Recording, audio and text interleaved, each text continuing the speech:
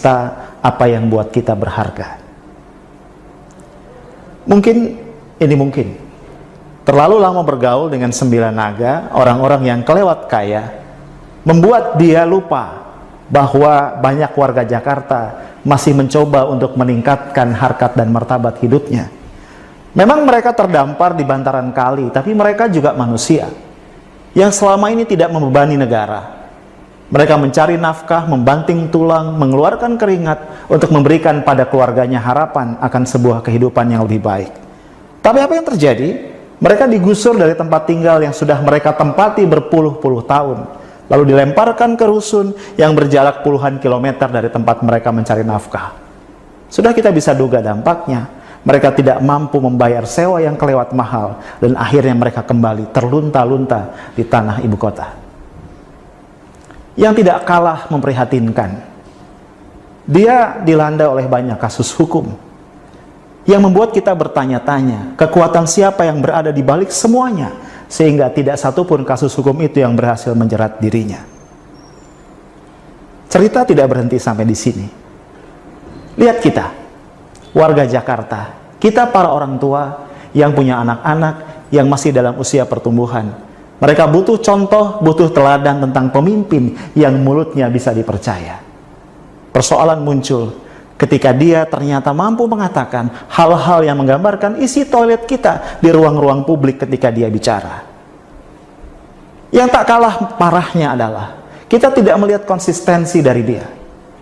Dulu dia bisa mengkritik pendahulunya. Dia mengatakan seorang petahana mestinya cuti ketika masuk masa kampanye agar tidak menyalahgunakan kekuasaan, tidak menggunakan aset negara untuk kepentingan kampanye politiknya. Tapi yang terjadi ketika aturan itu mengenai dirinya, dia menggugat, dia minta agar Mahkamah Konstitusi melakukan judicial review atas aturan itu.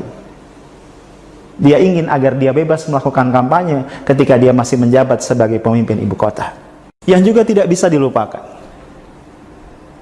dengan luar biasa dia mencaci partai-partai politik, mengatakan mereka mencuri suara rakyat, dan kemudian dengan gegap gempita membangun sebuah barisan sukarela untuk mendukung dirinya maju lewat jalur independen dalam pemilihan pemilu kada berikutnya. Tapi apa yang terjadi? Ketika beberapa partai mulai menyatakan dukungan kepadanya, dengan mudahnya dia mengatakan, ya sudahlah, saya maju lewat jalur partai politik saja. Pemimpin seperti apa yang konsistensi ucapannya tidak bisa kita pegang? Pemimpin seperti apa yang bisa mengubah pandangannya dalam waktu singkat tentang hal-hal yang sangat mendasar? Yang lebih menyakitkan, dia bisa mengeluarkan kata-kata yang menistakan agama yang bukan agamanya. Bayangkan, dia mengatakan salah satu ayat dari Al-Quran, kitab suci umat Islam yang merupakan 85% lebih warga Jakarta, digunakan untuk membodohi mereka.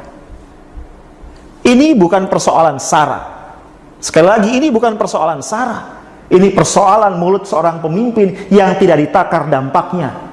Dengan kata lain, ini persoalan inkompetensi dari dia yang tidak tahu apa yang pantas dan tidak pantas dikatakan oleh seorang pemimpin ibu kota. Dia mungkin tidak sadar, seorang pemimpin punya 2 peran mendasar setidaknya dimanapun atau di komunitas apapun dia memimpin. Pertama, pemimpin harus mampu menjadi cultural ambassador, mampu merepresentasikan nilai-nilai dari masyarakat di mana dia hidup dan memimpin.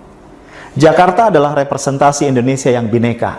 Oleh karenanya, pemimpin Jakarta harus mampu merepresentasikan penghargaan dan penghormatan terhadap kebinekaan.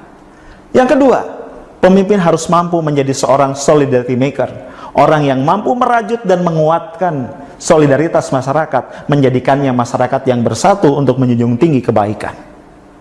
Pemimpin tidak boleh mengeluarkan kata-kata, sikap atau tindakan yang menyakiti perasaan orang-orang yang dia pimpin, sehingga merusak bangunan kebinekaan yang berpuluh-puluh tahun sudah kita perjuangkan untuk membangunnya.